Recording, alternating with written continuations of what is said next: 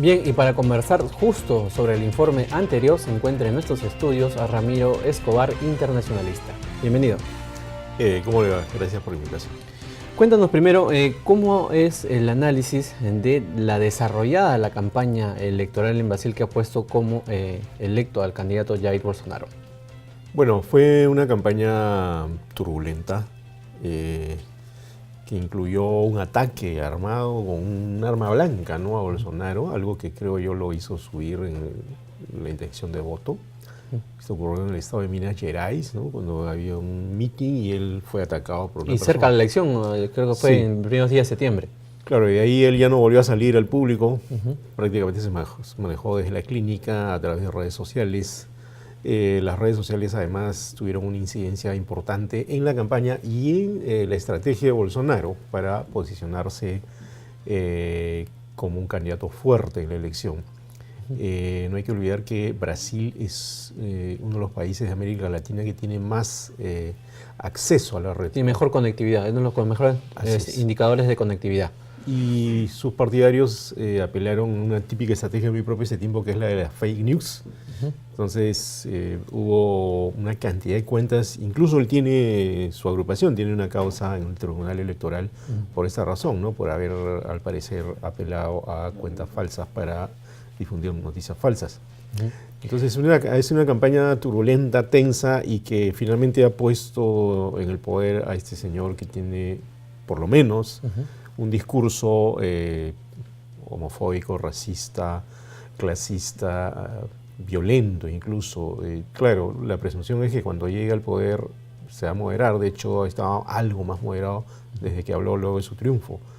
Pero creo que el riesgo de que haya una deriva autoritaria en Brasil es real, ¿no? Algo que siempre dicen en el escenario latinoamericano es que una cosa es la campaña electoral y otra cosa es el mandato.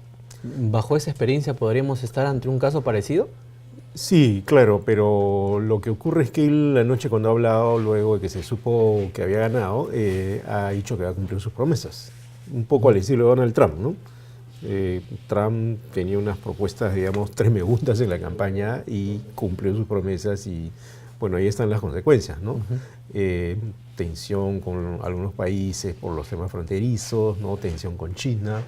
Si Bolsonaro cumple sus promesas, algunas de las cuales incluyen, por ejemplo, liberalizar las armas. Sí, promesas de por sí polémicas con el tema de las armas, ¿no? Sí, además eximir de responsabilidad a los policías que matan a un presunto delincuente en la calle, o quitar las políticas de enfoque de género del sistema educativo. O no ceder las concesiones a indígenas. Así es. Las concesiones de tierra indígenas, ¿no? Si es que hace todo eso, creo que va a generar aún más turbulencia, ya no solo política, sino social.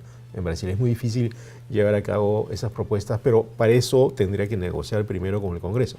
El Congreso está convertido en un archipiélago, cerca de 30 grupos, pero él podría tomar el apoyo de sus partidarios, que solo son 54, y de otras bancadas que tienen ideas parecidas a las que él tiene, y con esa fuerza podría hacer pasar algunas de estas polémicas propuestas, ¿no? Ahora, usted nos comenta sobre polémicas propuestas. Otros analistas también han señalado lo mismo, ¿no?, que hay, de repente hay una polémica con estas iniciativas. Sí. Pero ¿por qué entonces, si se han podido manifestar desde diferentes puntos este tema de esas iniciativas, por qué el arraigo del candidato y que en este caso llega inclusive a ganar la elección? O sea, ¿qué es lo que le sucedió o lo que le sucedió al ciudadano para poder llegar hasta el punto clave? Hay una serie de factores que han incidido. Yo no apostaría solo por uno. Hay gente que dice que todo esto es culpa del Partido de los Trabajadores. Bueno, esa es una explicación, a mi juicio, muy simple, ¿no? Evidentemente el Partido de los Trabajadores tiene una responsabilidad en esto porque en el periodo que gobernó, que fueron 13 años, la corrupción, que es una cosa endémica en Brasil a nivel político, se hizo más visible, pero no es que la inventaron ellos, no es que solo ocurrió allí. Por ejemplo, yo creo que el Partido de los Trabajadores tiene una responsabilidad que no ha sido avistada con mucha claridad y que sale en un periódico español, creo, precisado de manera muy clara, en el periódico de Cataluña, que, por ejemplo, no hubo en Brasil, como si hubo en Chile o en Argentina o hasta en el Perú, políticas de memoria de la dictadura. Es decir, no hubo ninguna comisión de la verdad, no hubo un gran museo de la memoria. Entonces, como que ese periodo violento desde el poder manejado por los militares no se procesó en la población. La educación democrática es pálida. Entonces eso crea menos resistencia a un personaje de este tipo que habla de ese pasado que no se procesó. Lo otro es que creo que efectivamente había un hartazgo del PT por una cuestión, por la corrupción, pero también por una cuestión conservadora frente a las políticas que el PT, el Partido de los Trabajadores, desarrolló a través de los años que estuvo en el poder. Una suerte de contraola, digamos, a estas políticas progresistas. Porque hay diferencias muy sustanciales entre el PT y el Partido Social Liberal, ¿no? Muchísimas, pero además el Partido Social Liberal es un partido pequeño del que se ha colgado Bolsonaro como personaje. Yo diría, como ya he comentado alguna vez, que Bolsonaro no es un outsider, la gente lo ha convertido en outsider. Él está hace varios periodos, me parece que 8 periodos, 7 periodos como diputado. Entonces, ¿usted cree que puede haber sido el antivoto o algo así? Sí, claro, hay un bastante antivoto, hay bastante conservadurismo y hay un ingrediente que es fundamental, la fuerza e influencia de las iglesias angélicas que son sumamente conservadoras. En Brasil las iglesias angélicas son más o menos el 25%, buena parte de ellas son conservadoras y hay mucho poder económico. Las últimas entrevistas de Bolsonaro fueron en cadenas de televisión angélicas, concretamente una de la Iglesia Universal del Reino de Dios, que es un grupo muy fuerte en Brasil. Entonces todo ese cóctel, sumado al miedo a la inseguridad, que es una cosa muy fuerte en Brasil, cerca de 60.000 homicidios el año pasado. La idea es esa de que alguien con mano dura te va a solucionar ese problema. Creo que arrastró el voto hacia él. Yo siento que además, de alguna manera, evitando ver otras dimensiones del candidato, ¿no? O sea, el discurso de los votantes de Bolsonaro por lo general era cerrado, no creer en lo que se dice de él o simplemente obviarlo, o casi, digamos, esto que escuchamos acá, ¿no? Es violento pero hace obra, algo así, ¿no? ¿No? Una variante, digamos, el roba pero no se obra, no, es violento, es voto de la tortura pero hace obra o hará obra. Entonces, esa ecuación que en un momento se compra una persona del electorado para supuestamente solucionar problemas muy serios, a mí me parece riesgosa, ¿no? ¿Considera de que hubo un voto individualista antes que por doctrina partidaria en Brasil? Claro, Bolsonaro no representa un gran movimiento político, ¿no? Él ha cambiado de partido 7 veces, ¿no? Entonces, el Partido Social Liberal tampoco es un gran partido con una gran maquinaria política. Lo han visto a él como un personaje supuestamente salvador, como un personaje que no está vinculado a la gran corrupción.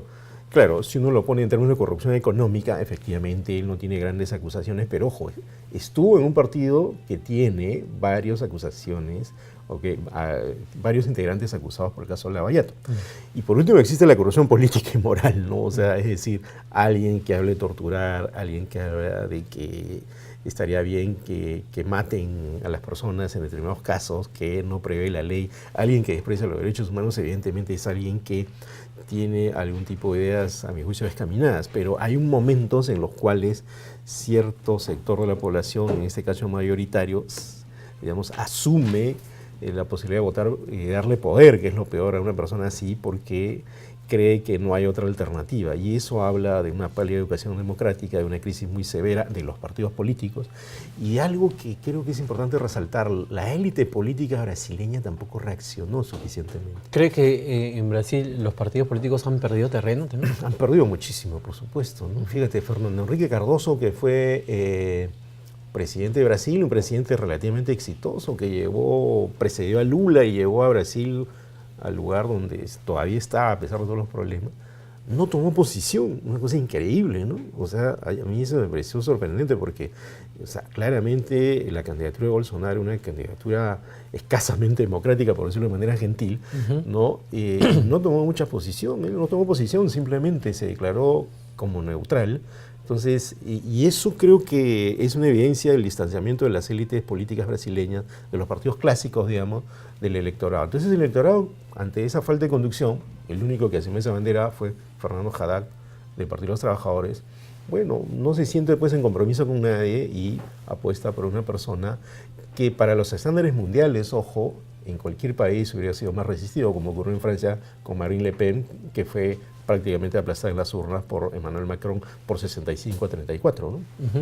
Tras ganar esta elección, Jair Bolsonaro, bajo su análisis, ¿qué cree usted que este gobierno de Brasil le va a sumar o le va a restar a UNASUR? Bueno, él ya ha anunciado, ya lo había dicho en la campaña, que va a tomar distancia o no le va a dar ninguna importancia a UNASUR, que era el gran proyecto de Lula, ¿no? La Unión de Naciones Sudamericanas, perdón. Creo que hay dos posibilidades ahí, ¿no? Que son complicadas también, porque al interior del frente, del grupo de poder que está detrás de Bolsonaro, hay como dos sectores. Un sector ultraliberal que parece que va a ser liderado por Paulo Guedes, quien apunta a ser su ministro de Economía, ¿no? Y un sector militarista, nacionalista, que no ha sido históricamente tan proclive a las políticas aperturistas. Entonces podría haber una tensión entre ser un gobierno de apertura hacia el gran capital, hacia privatizar empresas públicas, ¿no?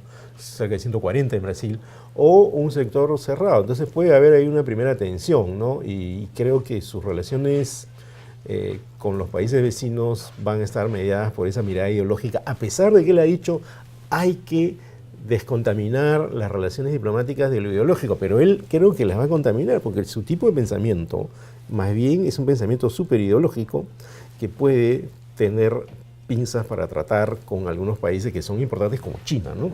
Y en esta época donde de repente las relaciones diplomáticas entre los países afectan mucho el modelo económico, ¿no? Por supuesto, imagínate que se distancia de China, ¿no? China es el mayor comprador mundial. China tiene buenas relaciones económicas y hasta políticas con Brasil, ¿no? Entonces, distanciarse de China por cuestiones ideológicas o por cuestiones de una mirada más nacionalista, estilo Trump, mirando más a Brasil y no abriendo tanto la economía, ¿no? Podría generarle serios problemas, ¿no? No es una manera inteligente, creo yo, de posicionarse en el mercado global, ¿no?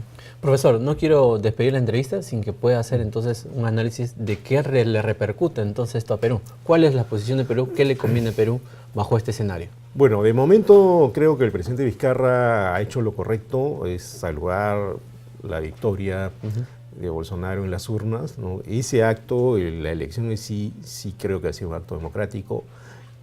Que la posterior actuación del gobierno no sea democrática es algo que está por verse. Yo creo que ese riesgo existe. Lo que ha hecho el presidente Vizcarra le ha dicho, bueno, vamos a seguir fortaleciendo las relaciones, trabajar en conjunto, que es lo que corresponde, con un socio estratégico muy importante, que es Brasil. Brasil, además de ser el país más poderoso de Sudamérica y de América Latina, es vecino al Perú. Entonces es imposible tener malas relaciones con él, ¿no? Con este país tan influyente, ¿no? Pero habrá que ver cómo se desenvuelven los acontecimientos políticos, porque si se cumplen las peores previsiones de lo que podría ser Bolsonaro, entonces no solo con el Perú, sino con otros países podría haber más o menos los problemas que se están viendo en Venezuela en cuanto a tormentas políticas frente a las cuales los países no podrían callar.